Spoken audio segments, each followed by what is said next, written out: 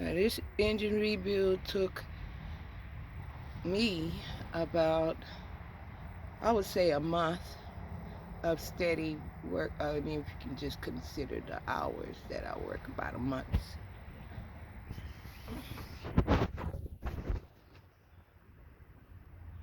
Because it actually took me 2 months, but I wasn't working on it every day.